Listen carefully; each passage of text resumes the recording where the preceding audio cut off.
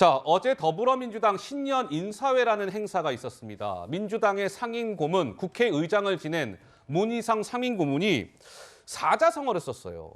근데 이 사자성어를 두고 여러 가지 해석이 나왔습니다. 무슨 사자성어였을까요? 한번 직접 확인해 보시죠. 금년을 토끼해라고 합니다. 토끼는 영리하고 민첩한 영민한 동물이고 늘 준비하고 특히 굴을 3개 판다고 해서 교토삼굴이라는 고사정어가 있습니다.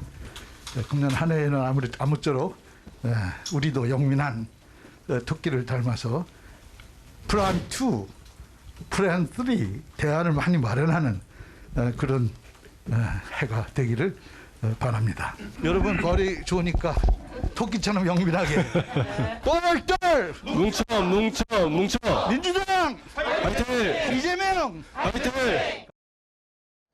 자, 저 문희상 고문이 쓴 사자성어 교토삼굴, 교토삼굴이라 함은 토끼는 이 토끼가 민첩하고 아주 영민한 동물이라서 이 굴을 이 친구들은 3개를 판다. 그래서 이제 교토삼굴이라고 하는데 이를 두고 이제 이러면서 문희상 고문이 플랜 그냥 B라고 저는 읽겠습니다. 플랜 B, 뭐 플랜 C 이렇게 대안을 많이 마련하는 해가 되길. 우리 장해찬 이사장은 저 교토삼굴 저 문희상 고문 저걸 딱 보면서 무슨 생각 드셨어요? 결국 이재명이라는 굴 하나로는 안 된다.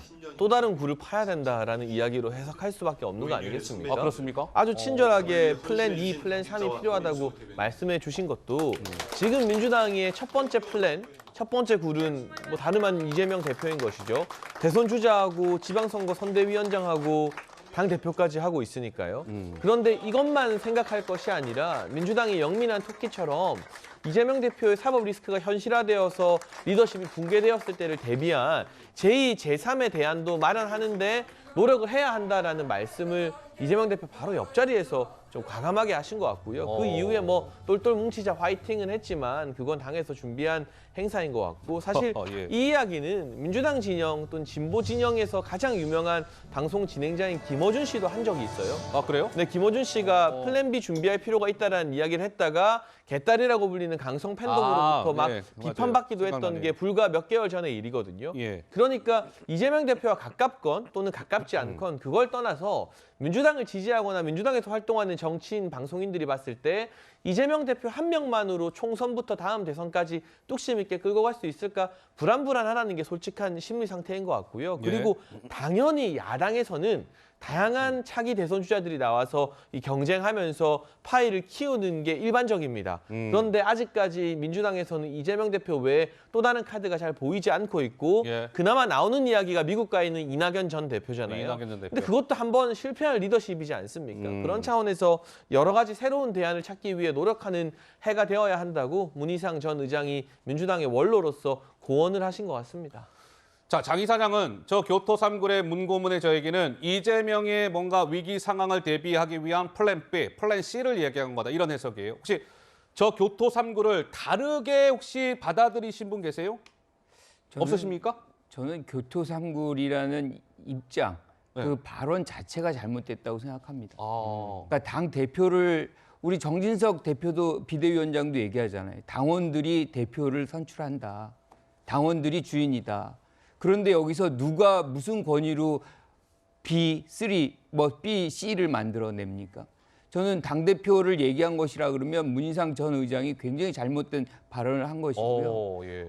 이 부분에 대해서는 뭐 저는 좀 다르게 생각하는데 이거는 뭐 민주당이 나갈 길에 대한 어떤 부분들을 좀 얘기를 한 것 아닌가라는 생각인데 좀 오해의 소지는 분명히 좀 있다라고 생각을 합니다. 예.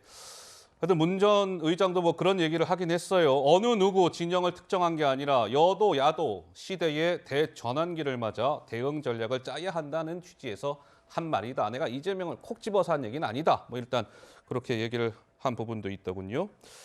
자, 어쨌든 여러 해석이 나오고 있습니다.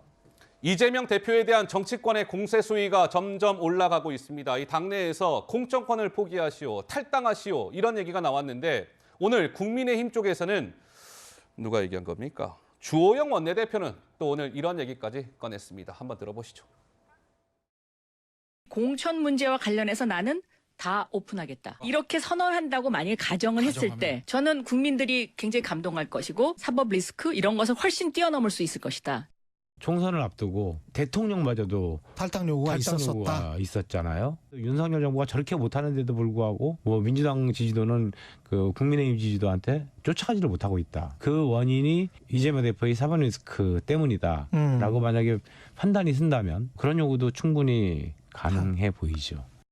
검찰 출석 이후 결국 이재명 대표한테 구속영장이 청구될 거라고 보시는 겁니까? 단정적으로 말씀드릴 수 있는 상황은 아닙니다만은 워낙 여러 가지 수사를 받고 있고 하기 때문에 언젠가는 그럴 가능성도 배제할 수는 없는 것이 아니냐. 임시국회를 열어야 한다고 주장하는 것도 민주당 자체가 그런 것을 염두에 두고 하는 것이 아니냐.